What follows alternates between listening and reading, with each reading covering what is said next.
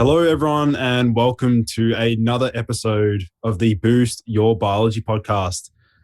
Today, I'm joined in with Erik Levi, the founder of Holistic Nootropics. Today is going to be a very fun chat. We're going to be diving into various topics ranging from biohacking, gut health, nutrition, and of course, nootropics. So, Erik, welcome to the show, man. Hey, Lucas. Thanks, man. Great to be here. Awesome. Erik, do you want to give my audience a bit of maybe share your journey and your background so they know like how you came about, discovering nootropics? Oh man, it's a long and winding road on my way to nootropics, which is crazy because there's such a niche thing, I'm always interested in how people find nootropics because I think there has to be something wrong with you, right? That you have to be a little off to be like, I'm done with multivitamins. I want to try this weird ass version of thiamine. I want to try some mushrooms that nobody's ever heard of.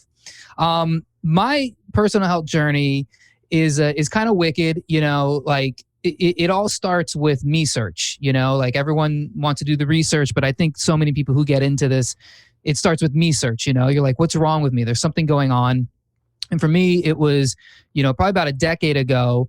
I've never had health problems, but I had an incident when I was a broke stand-up comedian. I was living in my car. I was driving around the United States, and I ended up getting this really bad. I had this really bad stomach issue that popped up, and it required me to go to a doctor when I didn't have health insurance. The doctor laid me up on a table, gave me the 3-finger special up the old behind. And that was like my first entry. I lost my innocence essentially. And that was my entry into this world of, okay, now you're turning 30, you got to start taking care of yourself. And so from that point forward, I was really hyper-focused on digestion. I didn't know how far this thing could go. Fast forward a couple years later, my wife found this holistic, nutritionist and naturopath doctor who they had this program. It was called Gut Thrive, and it was all about fixing your microbiome, like rebalancing your microbiome. And this was like 2014, and I don't know if you remember 2014, but nobody was talking about the microbiome. She told this to me, and I was like, "What language are you speaking right now?" And if I don't think you're married, but when you're married, there's a kind of underwritten rule where if the wife does something, then you do it automatically, because if you don't, things are going to be not fun. So I was like, all right, I'll do this microbiome thing. And it was like a bone broth fast. There was herbs thrown in there. And it just transformed my whole view on health. Up to that point, I was like your standard kind of like, meathead, like, I'm going to go to the gym. I'm going to do, back and buys. I'm going to do tries and, lats. And I'm going to do, I'm going to jog on the treadmill, and then I'm going to eat some lean cuisines because that's healthy. And I'm going to eat, the low sugar cereal or whatever. And this Gut Thrive program was the first time like I noticed a difference, not just in digestion, not just in the way my gut felt, but like my mood. Like, again, I was living in New York. I was broke. I didn't have much going on for me, as far as like stand-up wise. I was a tour guide. I was doing all kinds of stuff, and things weren't working out well. And I didn't have like full-on depression, like people talk about depression, but I certainly experienced like that mood, and certainly experienced, crazy amounts of anxiety. And, when you're in the performance space and you're doing stand-up or you're doing theater, any artist knows this feeling and knows the community of artists are some really whacked out people.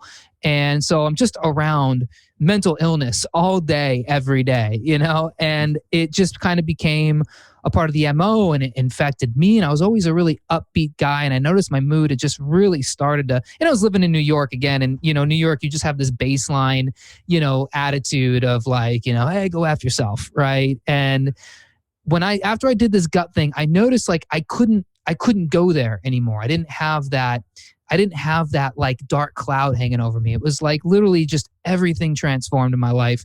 And I hate to use the magic bullet analogy, but for me, it was as close to that as you can. It was just a visceral feeling of something had changed.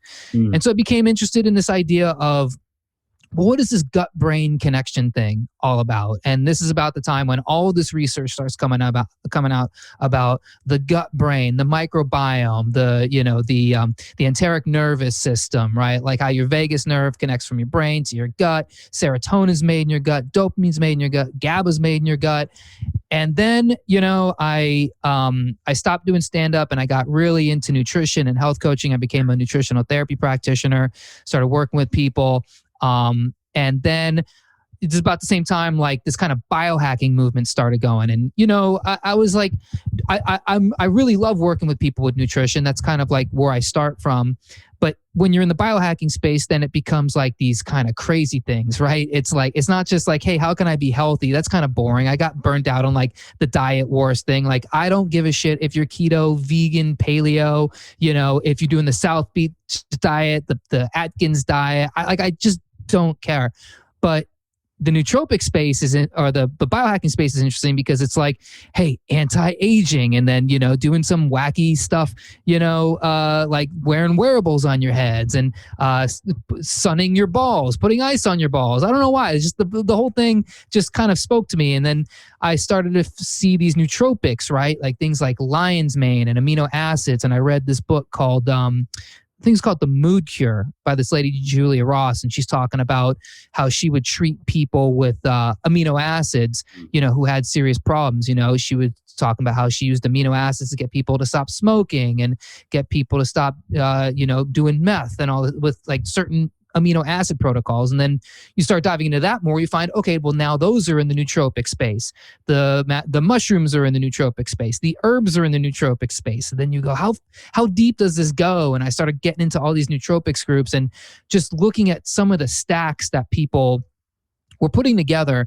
And I find the nootropics community to be very interesting, somewhat off-putting. I know you're deep into this. I would love to hear your thoughts on it too. But like, I don't mean off-putting in that I don't like it. I actually love it. I just find there's a lot of amateurs in there. A lot of people who don't know about health. They're the Burger King and multivitamin people. It's like, hey, I took my multivitamin. I'm crushing, a Whopper. I'm not sleeping. I'm drinking Diet Cokes. And then they're like, and here's my crazy nootropic stack, and then they're like, what's missing? And you're like, dude, you have 50 things in there. You literally just cleared out a GNC. I don't know what you could think you're possibly missing in this. I don't know. Maybe water, maybe that's the nootropic you need is water. Maybe put a little salt in the water, and so that's why I created holistic nootropics, because to me, everything in health is holistic. Everything, you can't have the brain without the body, right? You can't have this optimal level of brain function, unless you optimize your gut, optimize your metabolism, get your detox working, clear out your glial cells, get your gallbladder pumping bile, get your liver getting stuff going, right? And then movement, all this stuff. And so that's what took me to holistic nootropics, and it's growing every day. It's my baby.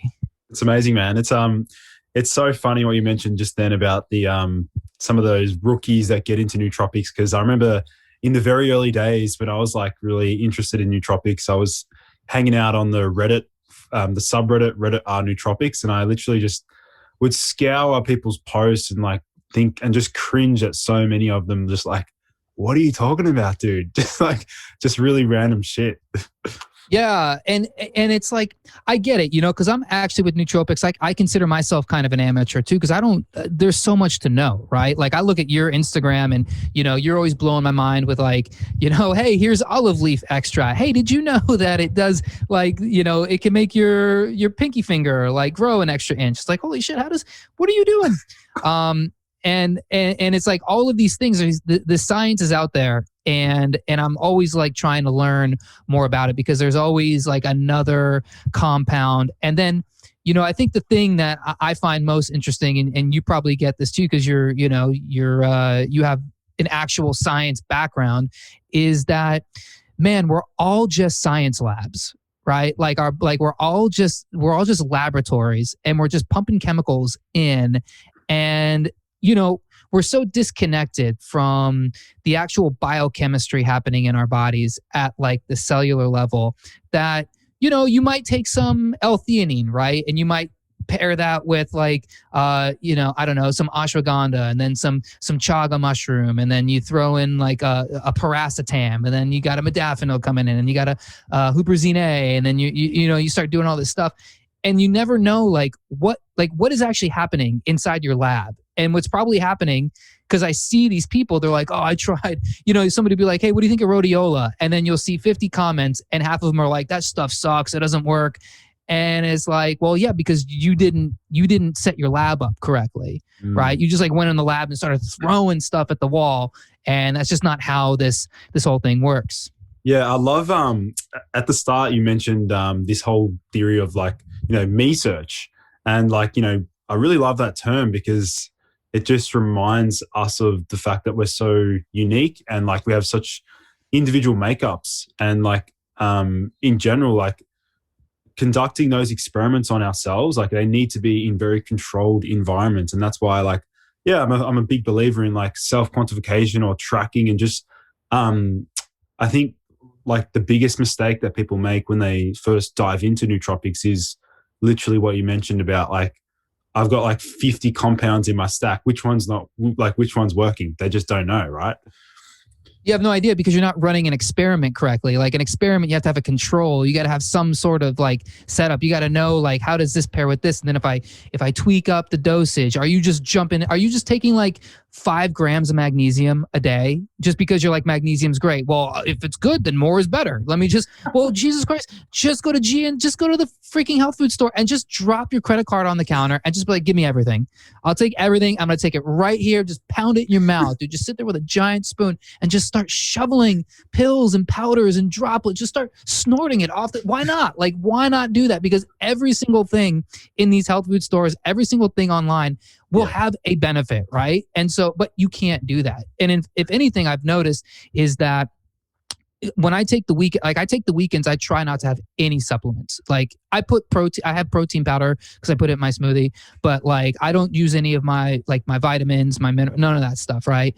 And actually, like I tell on my Aura score, I can see on my Aura score, like my HRV's up, my heart rate's down.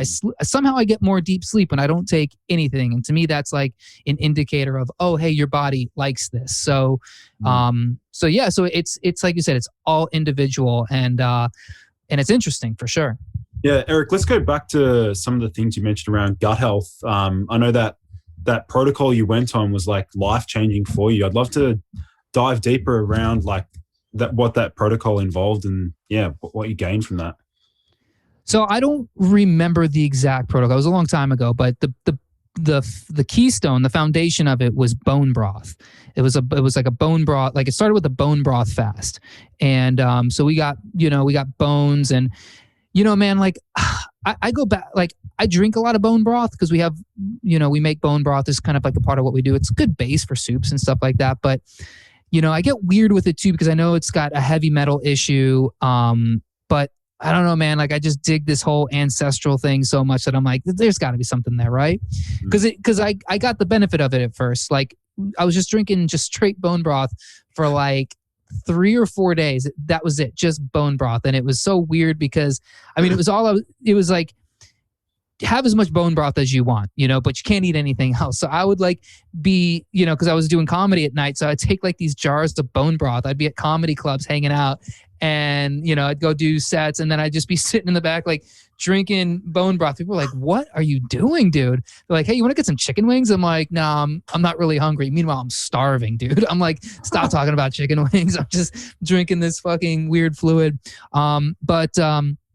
So got through that, and then like the next part of it was you could start having some vegetables, and then I think when you started doing that, like there was some herbs involved, and the only herb I remember was I believe it was like a clove, maybe the one that's really detoxifying for the gut. I think it's like a clove oil, or and then maybe? Something like that. Yeah. Oregano, yes, oregano, yeah. And then there was a wormwood component because that's supposed to be good, I think, for parasites and stuff. And there's people, like there was a forum for it, and there were people who were really jacked up, like these people that have like serious gut health issues. Luckily, like I didn't have a major one, at least I didn't think I did. And people were raving about it. And so you know what that did more than anything? I was telling you about the mental health benefits, but I think even more than that, dude, it like changed my palate. Like it changed the way the cravings I had, you know, because you start learning about this thing of like, oh, hey, your sugar cravings actually come from bacteria in your gut. And like, maybe that's true, maybe that's not, I don't know. But all I know is that like from that point forward, like I don't crave candy. I don't crave like crappy, you know, sugary snacks. Now I have a sweet tooth for fruit, you know, and more like healthy, sweet stuff. But dude, a bag of Skittles that grosses me out, you know, like cake or like pie. Like sometimes we'll go and we'll get like ice cream or something, and from like a regular ice cream place, you know, and just the amount of sweetness like in that. It's overwhelming to me now. Back then it was like, oh, dude, sweets were like my thing. Like I had such a bad sweet tooth. Like, you know, I would just crush like all the terrible like candies out there. I worked in an office for a while. So man, like Halloween rolls around and you got like, you know, Reese's Pieces peanut butter cups and M&Ms everywhere. All kind. Like I used to dig that stuff so much. And now it's like I have no palate for it at all. Yeah, it's funny because during the week I was doing a video on this particular herb that can block sweet sensation. Have you heard of Gymnema? I've seen it. Does it start with a J? Gymnema? It's like Gym, like gym, like go to the gym. Oh, no. No, I've never heard of this before. It's like a... Tell me about it though. This is why I tune into your channel, because I'm like, how many more substances are there? I feel like you're just going through the periodic table and you're like, okay, just give me the list of everything that's in aluminum or boron. Everything that's in boron. It's so true, man. Yeah. The Gymnema, I learned actually like a few years back. It's like a very well-known herb in the Ayurvedic medicine system, so like Indian medicine. And it's called the sugar destroyer. And so what it does is like if you take it in tincture form, it contains like these gymnemic acids that like bind to the sweet taste receptors on your tongue, and so it completely blocks sweet taste. So obviously I went ahead and bought some and experimented on myself, and like literally just had like 10 drops on my tongue, and then I had like the most, what would usually be the most amazing tasting lint chocolate. I had some, and then it literally just tasted like fat. I was chewing it, I'm like, ugh. And I was like, I can't eat this. It's like a really, and then I looked into the research further, and then obviously it's now used to treat, early onset diabetes and improves insulin sensitivity. And they're now using it in a bunch of supplements known as GDAs, glucose disposal agents, in like the bodybuilding field. I think we touched on that in your podcast. Yeah. I love this idea of glucose disposal agent. Now, the thing you're talking about, like, that just seems like torture, you know? Like, you're just like, all right, I'm going to eat this cake, but I'm just going to punish myself for it. I'm just it's going to taste just like nothing but fat and starch. Oh, that sounds awful. But I love this, the compounds that like just make your body more sensitive to glucose and insulin, right? Like that make it so these things don't spike your blood sugar so much, because that's an epidemic. Yeah. Let's talk about some other fringe nootropics or fringe compounds that you've either like seen people experiment with or you've experimented with yourself. Man, I don't know. Like, I don't go too far out of the like mainstream. Like, I don't have any real fringe compounds that I have. I mean, I have like, like your standard, some amino acids. Like I mess with the L-theanine in the morning. The I every other day mess with like the glutamine. I kind of go back and forth with like taurine, glutamine. Taurine I especially love because I'm a big gallbladder guy. The gallbladder just does not get the respect that it deserves. How big's your gallbladder? How big's my gallbladder? You said you're a big gallbladder guy. I see. Okay, that's good. That's got me there. I'm a big gallbladder guy in the sense that I got mad respect for the gallbladder. Me too. Me too. Yeah. it gets neglected. It gets neglected a lot. It's an organ that, like, obviously, it pops up a lot in the digestive space, but then even like some of those bile acids that can be used, like taurine and TUDCA, can be so beneficial for energy, like, and just general vitality. Is that what you noticed as well? Yeah, I guess so. Because my baseline is pretty active. I usually have a pretty solid state of energy throughout the day. Like, I don't really nap. At night I start to crash, which is like really what you want. Yeah. But I would imagine it's definitely doing something. It keeps my digestion straight for sure. Yeah. So, and man, it's just crazy to me, like, that the gallbladder, it's this organ that doctors are just so quick to cut you up and take it out of you. Like, the second people start having some irritation with it, it's like, oh, we got to get that thing out. Can I live without a gallbladder? Yeah. Millions of people live without a gallbladder. And they don't tell you millions of people live without a gallbladder, and they're pretty miserable. It could be quite a complicated lifestyle to work around not having a gallbladder. Man, I just look at bile like just this, it's like your internal Drano, right? Like, it just goes through your intestines and it just clears out all the bad stuff. It binds all the heavy metals. Like, it's just so necessary. So, so I love taurine. I really do like experimenting with amino acids. Although, because I eat so much like protein and red meat, like I don't go too far. Like, I love the idea of acetyl L-carnitine, but I don't take it because I eat just so much red meat throughout the week, so I feel like it would be overkill.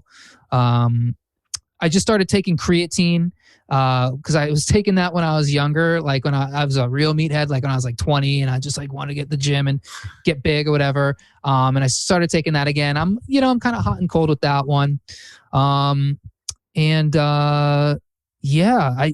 always looking for new stuff, but I at the same time, I'm like, I feel like I'm at a good baseline that I don't want to mess with too much stuff, that, like, I don't want it to work against me, Yeah.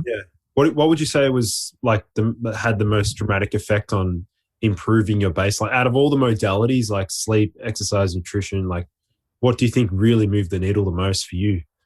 Of all the compounds? Oh, just in general, like lifestyle, biohacking lifestyle. Well, probably diet, dude. Yeah. Definitely diet. I mean, being just incorporating, just not being dogmatic about like any one macro or food group. Like, I was a vegan for a couple of years and I actually liked it a lot, but I got all of these like health issues that I didn't realize I had, and I don't know. It was just one of these things that I like the idea behind it, but the practicality of it, it's awful. I didn't realize how weak my body had become. And then I started incorporating a lot of foods, organ meats especially, a lot of liver, heart. I love, it has to be good quality meat. I know there's like not a lot of research that shows, hey, you can, the stuff they grow in the CAFOs is any worse than like, a grass-fed, grass-finished. But I believe that when you're not getting meat from an animal that was raised not the way the animal's supposed to be raised, that it's far superior. So I think just incorporating a lot of red meat, a lot of organ meat. Did you ever go full carnivore, Erik, or like? I've never gone full carnivore. I've never done full keto.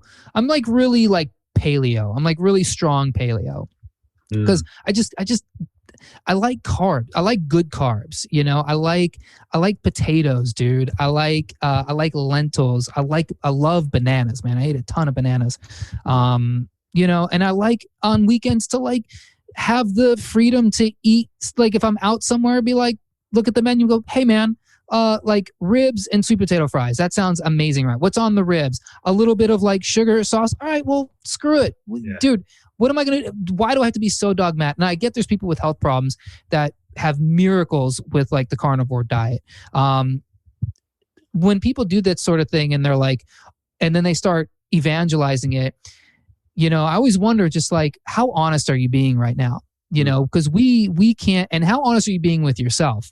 Because like when I was a vegan, man, I did not acknowledge the things that were happening to me, like skin issues, you know, fatigue. Man, I would go out and play basketball and I would just get popped in the ribs and my ribs were done for weeks, you know? I would go to the gym and I was doing dips and I would just pop this bone like right in the middle of my chest. Hence the cravings for the ribs, that, you know, eating the steak ribs. Yeah, dude, when I fell off the wagon off vegan, I fell so hard, man. And you notice that too. A lot of people fall off the wagon of vegan and just go hard in the paint with all the red meat. Maybe if there was like one compound that has made a significant difference, it's probably magnesium. Yeah. Probably getting enough magnesium. Because I mean, I switch between, I like glycinate, but then I also take citrate and 3-and-8. So, yeah, nothing, I'll be honest. I have not found my formula for sleep though. I have not figured sleep out. That is like and it's like the older I get, the weirder my sleep gets. Like when I was younger, I used to be able to just sleep through the night, man. I slept through hurricanes. I slept in my car. I slept on weird couches. Like it didn't matter. And now it's like, I got like a nice cozy bed. I got the blackout window. I do all the stuff. I put the red light, blue light blockers on, you know, I relax, I chill. And it's like sleep just gets really weird. So that's the one where I'm like, okay, when I figure that part out, then we'll be set. But you know, it's experimentation. Yeah. Which like GABAergic or GABA-based nootropics have you played around with?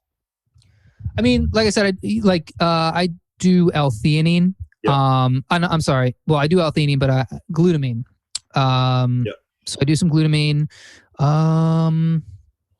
What else do I have? Not too much GABA stuff. I'm just drawing a blank here on like my normal supplement. It's funny because I have so many supplements right now, and I can't think of what I take. I've been taking molybdenum because I interviewed this doctor named Greg Nye out of Portland, who is a big proponent of like a low sulfur diet for like a short period of time, and really. He's a naturopath too, and he's all about.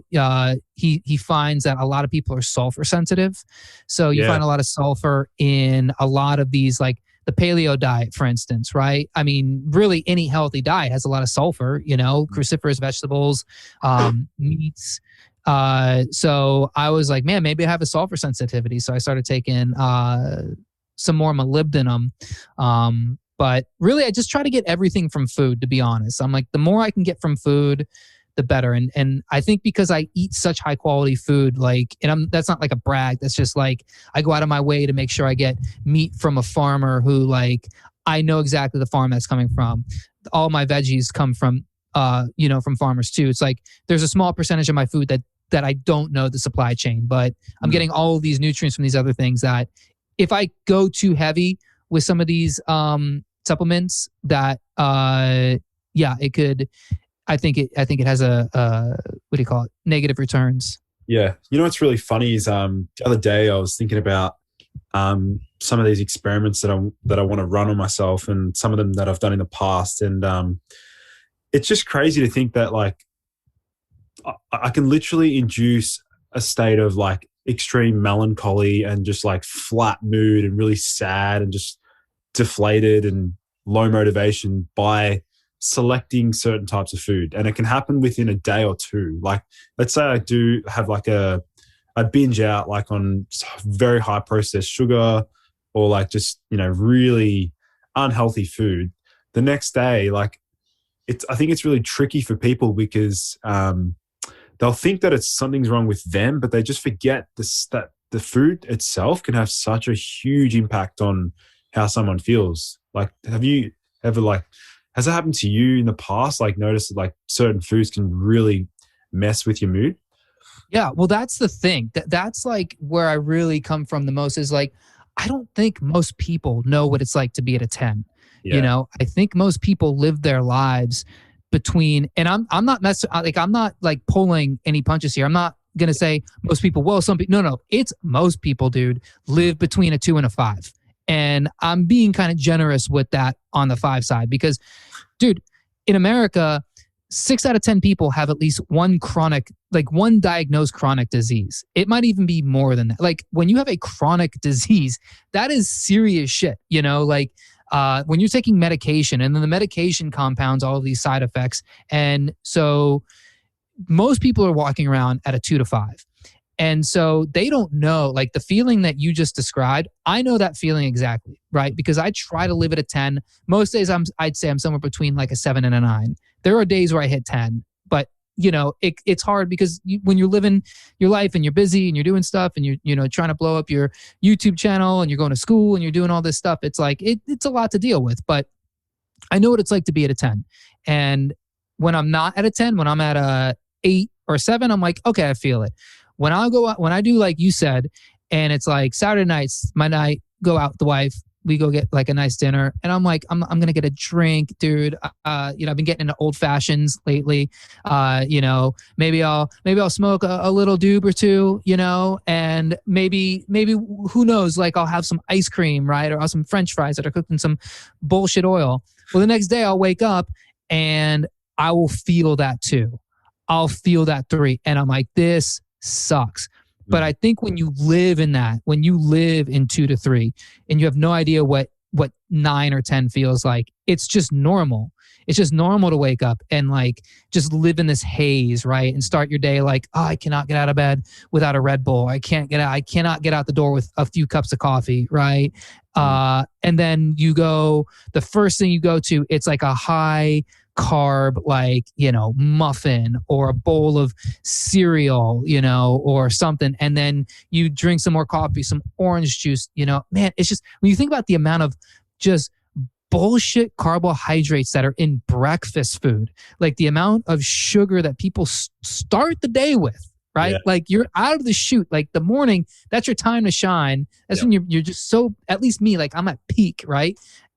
And then you just crash it, right? Yeah. And then, like you said, like for me, it's like I'll have like a thing of ice cream and some fries and I'll be toast for the whole next day. People are doing this every single day. And it's unfortunate, and you have to figure out how to raise out of that and go to the next level. And that's why I think nutrition is so important.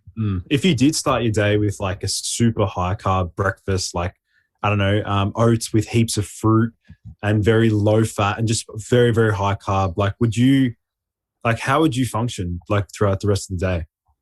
I think, okay, so carbohydrates, it's just such a bastardized like term, right? Because it's like you're lumping in cake and sweet potatoes, right? You know what I mean? So it's like it's a spectrum. Me, like if I start with oats and fruit, I haven't done that in so long. I couldn't even tell you, like, I have no reference to know like what that would feel like, but I would probably not feel great. I would probably feel a little sluggish. When, like, would you feel sluggish 2 hours later or like immediately after it?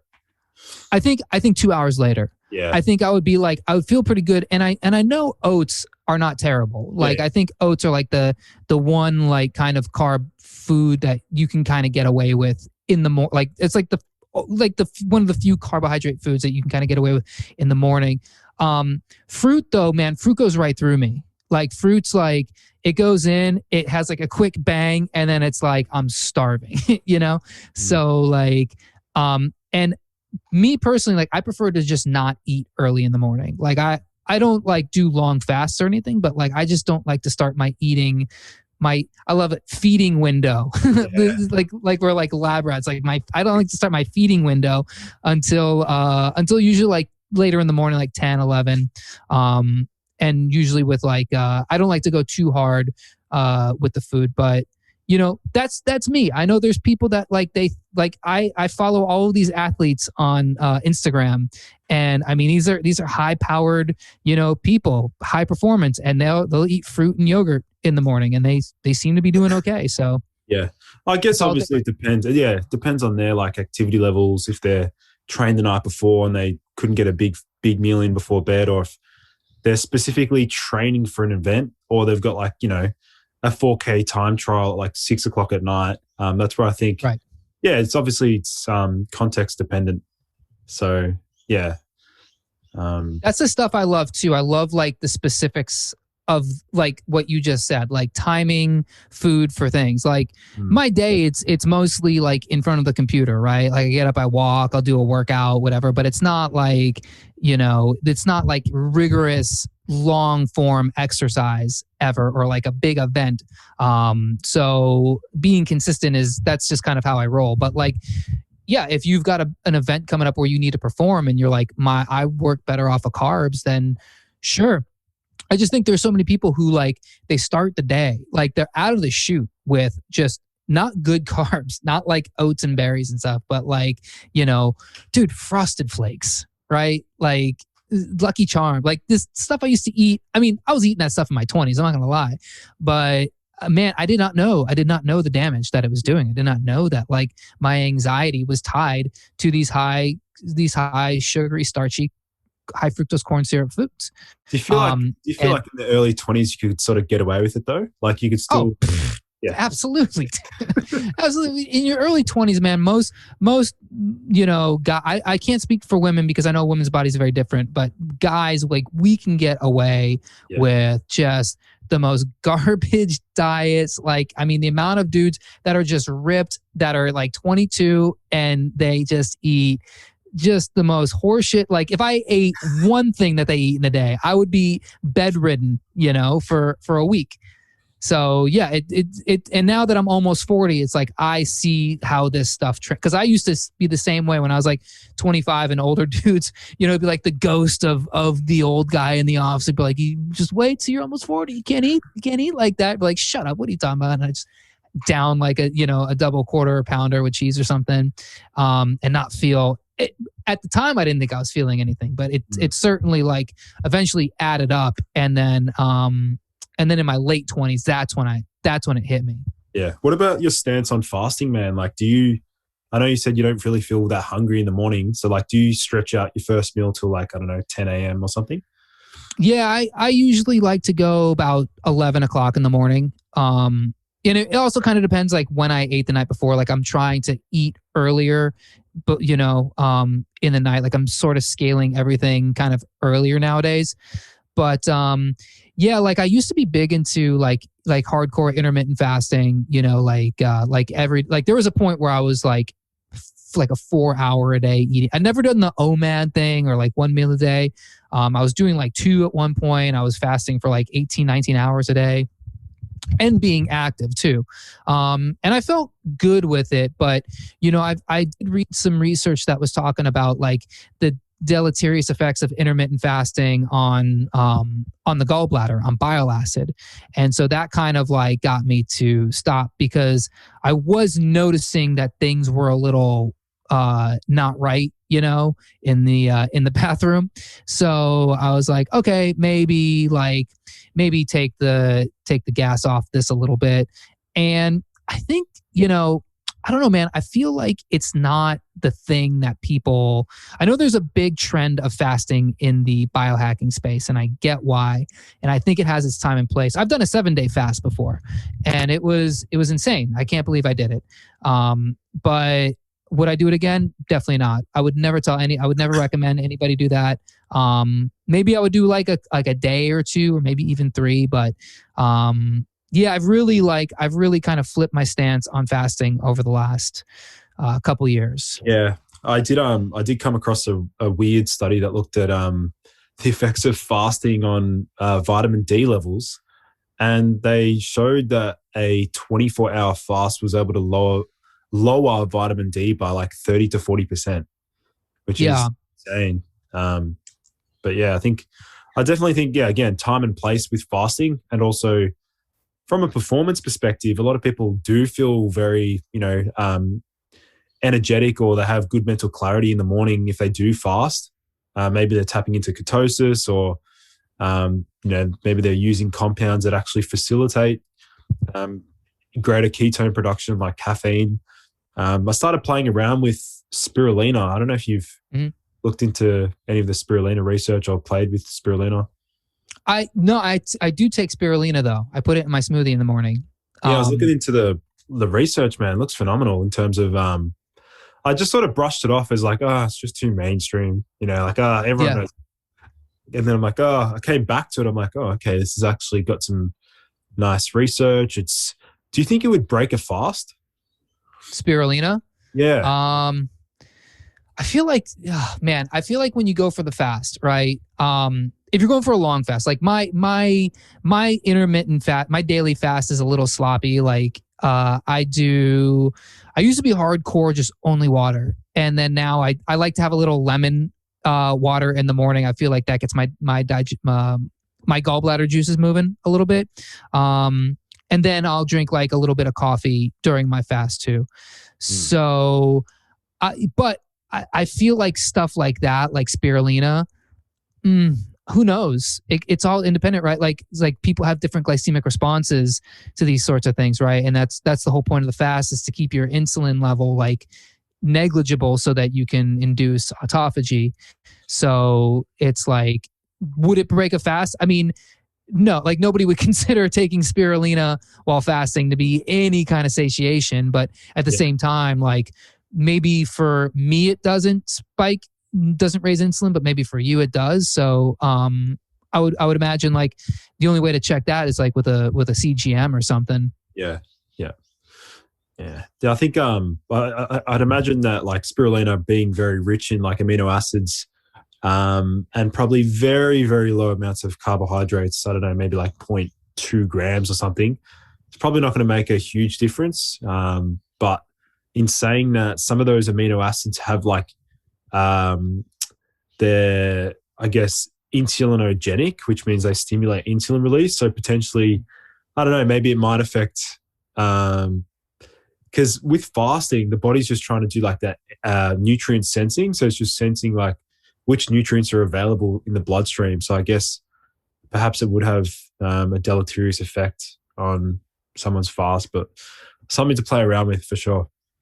Yeah. And then, you also got to kind of balance like, okay, well, what are the benefits and what are the, like, are you going to get a lot of benefit out of spirulina to where, okay, so you break your fast. Who gives a shit? Right? Like you just got the benefits of spirulina, right? It's like what are we really panicking about with the fasting? Like, oh my God, did my telomeres shorten because of spirulina? Like, did cancer cells grow larger, because I took some spirulina? Like I see people really like, I think the stress of trying to do the perfect fast is more damaging than like, than not doing the fast. Yeah. So for some people, Let's dive into some of the biohacking fails that you've seen. Like, I don't know what else you've seen out there, or mistakes you've seen people make. Like, let's dive into some of those. Yeah. I mean, I feel like there's just so many out there of like, we were talking about the prime example is the people who like, they don't have the diet lockdown. They don't have the lifestyle lockdown, but man, they are crushing the nootropics and the supplements. And it's like, and then they've still got issues. I think that's enough. That's probably the top biohacking fail. I will say I definitely tried to, get some sunlight on my balls one time. Definitely sunburnt my balls. That was not fun. Yeah, I just think there's people hear this term biohacking, and I believe Dave Asprey's the one who coined that term. And I think it's a great term, but I also think it's a huge marketing term. And I think that there's no barrier to entry with it. Like you can just go from just being just anybody and just all of a sudden now you're a biohacker, right? Well, what makes you a biohacker? Well, I take all the biohacking supplements, I do the intermittent fast. So you're a biohacker now, but like but you're still like cooking with canola oil and you're still, eating packaged foods and you're not moving throughout the day. And, but you got the blue light blocking sunglasses. Okay. You're a biohacker now. Right. So I just think the field of biohacking, it's just so ripe with people. And then it's like, okay, so you have a biohacking amateur and they're like, oh my God, lion's mane changed my life. Everybody's gonna have lion's mane. And then it's like, now they're telling people, like advising strangers with no qualifications whatsoever on what works, and some of this stuff goes into, like, I see it with the prescription drugs, they're like, people saying like, oh yeah, man, take modafinil. It's amazing. Take this much modafinil, take this much of, what's the other ones? Some of these other prescription substances, like the heavy nootropics, even the racetams, right? Like, oh my God, take aniracetam, take paracetam, take oxiracetam, take this much of it. Dude, that dose sucks. That dose will do nothing. That's a loser's dose. Take double that shit.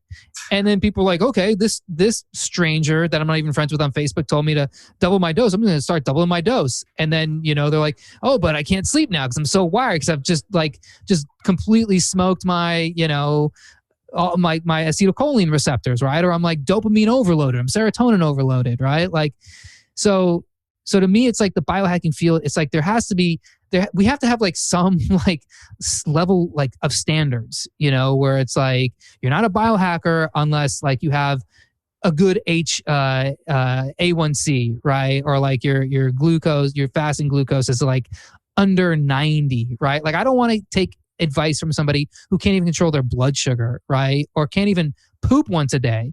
Don't sit here and brag to me about some supplement you're taking or some wearable you're wearing and you're constipated, right? Because I don't trust you. I don't trust half these people in this space because it's all marketing.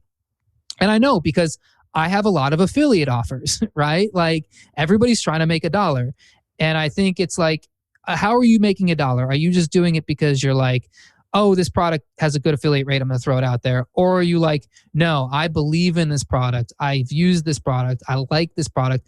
And here's all the research, So that's what I don't know if this is getting too far off topic of your question, but like, on my site, I look at it kind of like, it's like a blog and it's like a store, and it's like the salesman is a really well-researched salesman. Like, all of my articles have at least 30 to 50 references on them. They're reviewed by medical professionals, So it's like, if you want information on rhodiola or lion's mane, I have a whole shit ton of references. Like, I'm not just saying like it's good because it worked for me, but it's like, no, here's like all the peer-reviewed literature. It was reviewed by a doctor. And in the biohacking space, you just have people that are like, just, hey man, like, just fast, dude. Just fast like 4 days.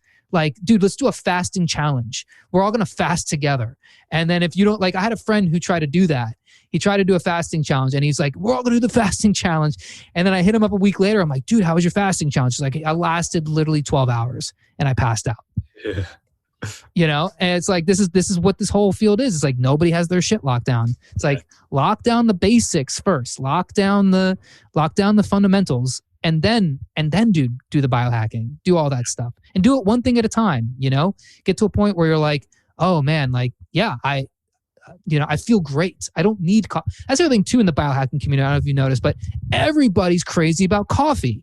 Everyone's like, dude, coffee's a healthy food. It's like, it's right up there with kale or like, grass-fed liver. It's like coffee's it's a superfood. Like, dude, I don't know if you noticed, but like construction workers drink coffee and smoke cigarettes. Are they like, it's like a protein shake, If you were really buzzing, if you really had your shit locked down, if you were really feeling good as you say you are because you're a biohacker, you hacked your biology so it's working optimally, why do you need coffee? You don't need coffee. When you pop out of bed, when you know this feeling, you pop out of bed, dude, you're ready to go. Like, there are days I feel like I'm just shot out of a cannon, and I'm like, bam, drinking water, going for walks, doing exercise, whatever, right? Getting my day going, pounding out articles, pounding out whatever. No coffee. There's like these biohackers, I drink like 4 cups of coffee. I drink 4 cups of coffee in the morning because it's a health food. It induces autophagy. I'm off autophagizing all of my cancer cells with all this coffee. Okay, maybe you are, but I really do feel that like if you were buzzing as hard as you were, as hard as you think you were, probably wouldn't need all that coffee.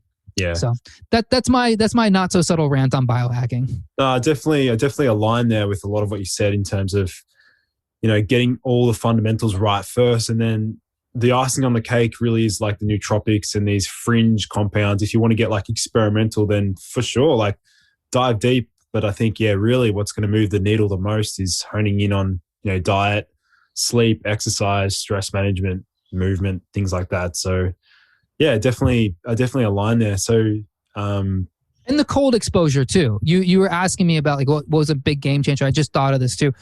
Taking a cold shower every day, man. Like that.